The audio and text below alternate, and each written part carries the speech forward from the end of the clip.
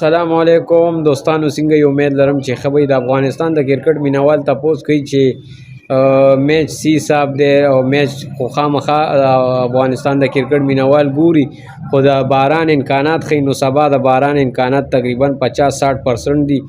نو امید لرو چې باران به ودرېږي او دا لوبه به یو طرف ته ځي، ځکه چې تاسو وګورئ د زیمبابوې ټیم ډېر خواري کړې ده، سکور یې ډېر کړی، بیا ورپسې د افغانستان ټیم د هغې نه زیاته خواري وکړه او حشمت الله شیدی، رحمت شاه ډېر زبردست پارټنرشپ وچلولو، زبردست سکور یې وکړو، ښه بیټینګ یې وکړو. اوس هم شیدی په مطلب لا په پیچ ولاړ دی، سکور کوي.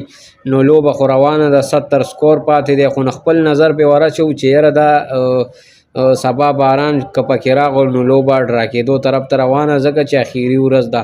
نو د افغانستان د کرکټ مینوال خفه دي، خو ټیسټ داسې یو لوبه ده چې دا به ته ګورې یو ټیم به یې ګټي او एकदम به بل ټیم ته ووړي. لکه تاسو وکتل پاکستان او د ساوث افریقې بیګا لوبه شوې وه چې اول د ساوث افریقې په لاس کې وه، بیا एकदम پاکستان ته راوړې ده، بیا ساوث افریقې ته وړې ده چې د انډیا والا نیوز والا سم جاړي د پاکستان په بیلات باندې خبرې، ولې هغې د چمپینشپ نه پاتې شو چې کوم د ټیسټ هغه ورلډ کپ راځي.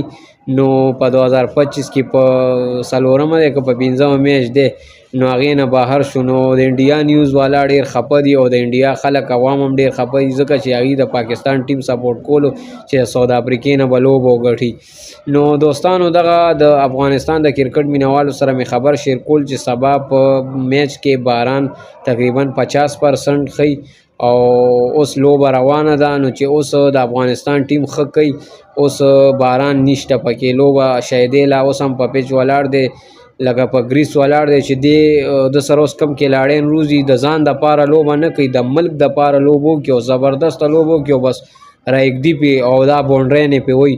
نو د دې به اننګز ورواړي او یو تقریبا 100 سکور یې که پې ورواړولو او دغه سکور 70 سکور پاتې دا چیز کی او یو 100 سکور یې پې ورواړولو او بیا هغې له دعوت ورکړي زیمبابوې له. نو که چېرې سبا نیمه ورځ کې باران مطلب وشو نو لوبه به یو طرف ته شي، خو لوبه ډېره د ډرا کېدو طرف ته د زیمبابوې او د افغانستان چې کومه لوبه ده دوستانو، لوبه ډېره ډرا کېدو طرف ته روانه ده. اوس دعا کوي چې سبا باران ونشي، ځکه چې 50% کې باران ښیي. نو دغه د کرکټ معلوماتي ویډیو وه د افغانستان د کرکټ مینوالو تپوس کولو. نو دوستانو چې چېرته هم یې الله هم ښاد او آباد وساته، خدای په امان.